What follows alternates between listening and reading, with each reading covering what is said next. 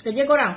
Cantik ni tak berapa sehat, suara pun tengah macam ni, tapi Cantik tak boleh diam. Sebab apa? Red Chef tengah gila. Harga normal untuk 5 in 1 adalah 358. Hari tu Cantik beli ni dapat RM150. Yang sekarang tolong cek di beg kuning, kemungkinan korang akan dapat ngam-ngam 100 atau di bawah RM100. Tolong cek. Bukan dapat 1, bukan dapat 2, dapat 3, tapi korang dapat 5 dalam 1. Ya, set ni korang akan dapat periuk saiz 20, pen saiz 20 dan pen besar saiz 26, plus dapat satu handle yang boleh lepas pasang, dapat satu penutup. Jangan cerewet lah Kak nak kata kenapa penutup 1 bukan 3. Penutup ni boleh je kongsi.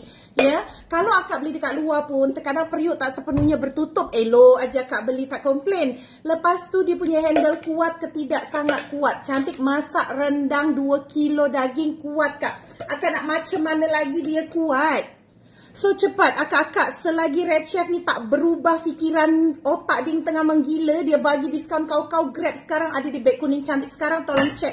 Lepas tu yang Cantik suka daripada set ni, dia menjimat ruang untuk kita kemas. So korang just settle. Beli sekarang di beg kuning Cantik.